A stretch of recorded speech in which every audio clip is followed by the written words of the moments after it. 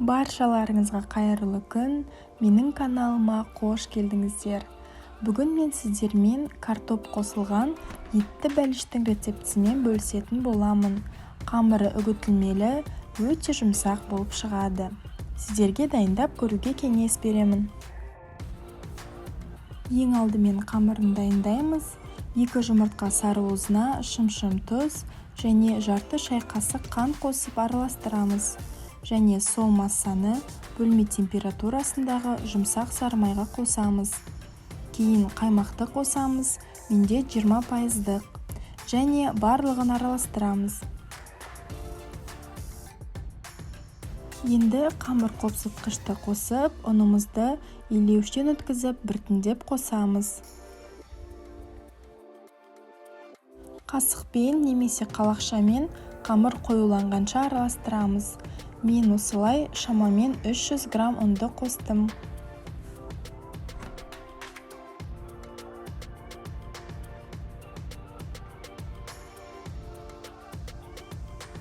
Қалған 60 грамм ұнды қамыр дайындау ыңғайлы болу үшін осылай силиконды кілемшеге немесе жай ғана үстел үстіне қойып, ұнды біртіндеп қосып отырып, қамыр дайындаймыз.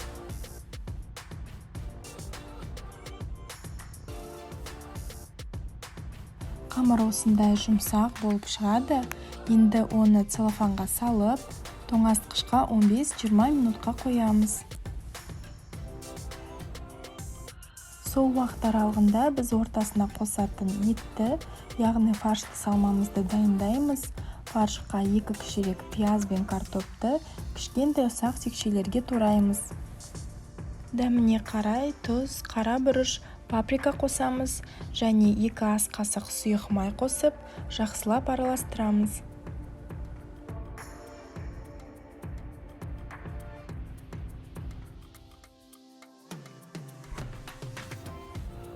Міне біздің салмамыз дайын.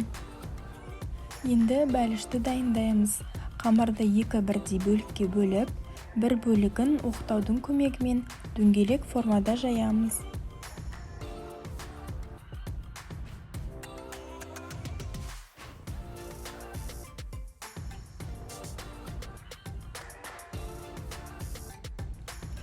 Жайылған қамыр өте жұмсақ болады, сондықтан үзіліп кетпейтіндей абайлап пергамент немесе тефлон төселген противень үстіне қоямыз.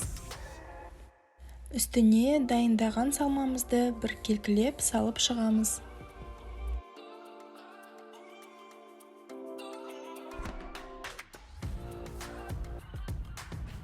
Енді қалған қамырды да 2 бөлікке бөліп, оны да оқтаумен жайып алып, алдымен бәліштің үстіне әсемдеу үшін гүлдер мен жапырақтар дайындап аламыз.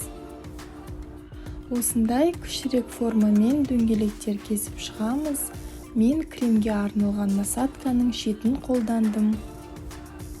Дөңгелектерді бір-бірінің шетіне осылай қойып шығамыз.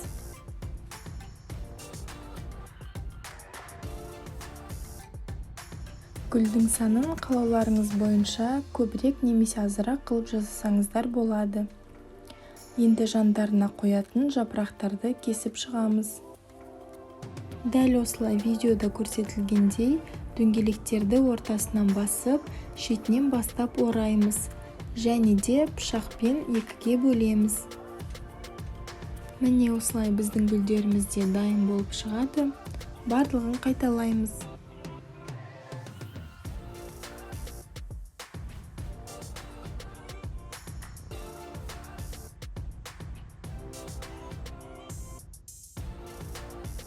Енді қалған қамырды жайып, салманың үстіне қоямыз және шеттерін біріктіреміз.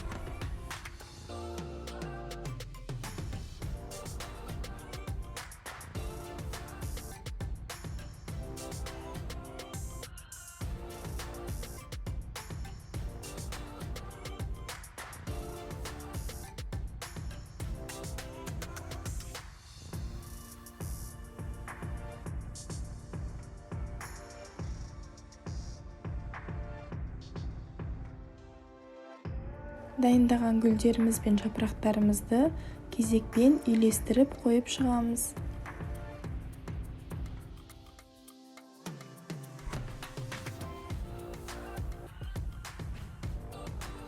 Қызарып, әдемі болып пісу үшін бір жұмыртқа сарыуызына бір ас қасық сүт қосып, бәліштің үстіне жағып шығамыз.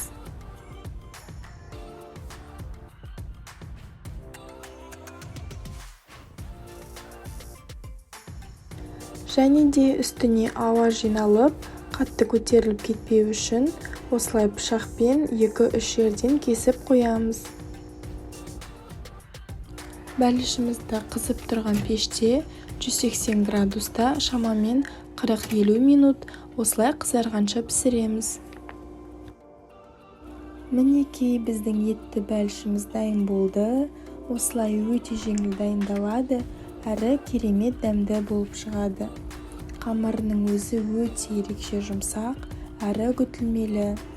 Осы қамырды пайдаланып, сіздер басқа да әртүрлі бәліш түрлерін жасасаңыздар болады.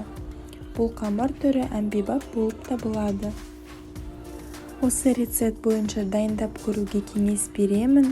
Сіздерге видео ұнаған болса, менің каналыма тіркеліп, лүпіл басып, комментарий қалдыруды ұмытпаңыздар. Сіздермен болған Тілеуқұл Айзат, баршаңызға сәттілік.